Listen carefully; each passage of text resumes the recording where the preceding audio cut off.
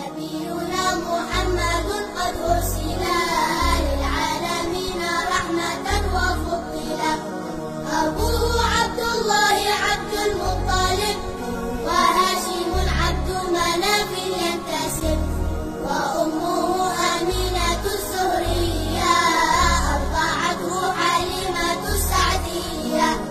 مولده بمكة الأمينة، وفاته بطيبة المدينة، أتم قبل الوحي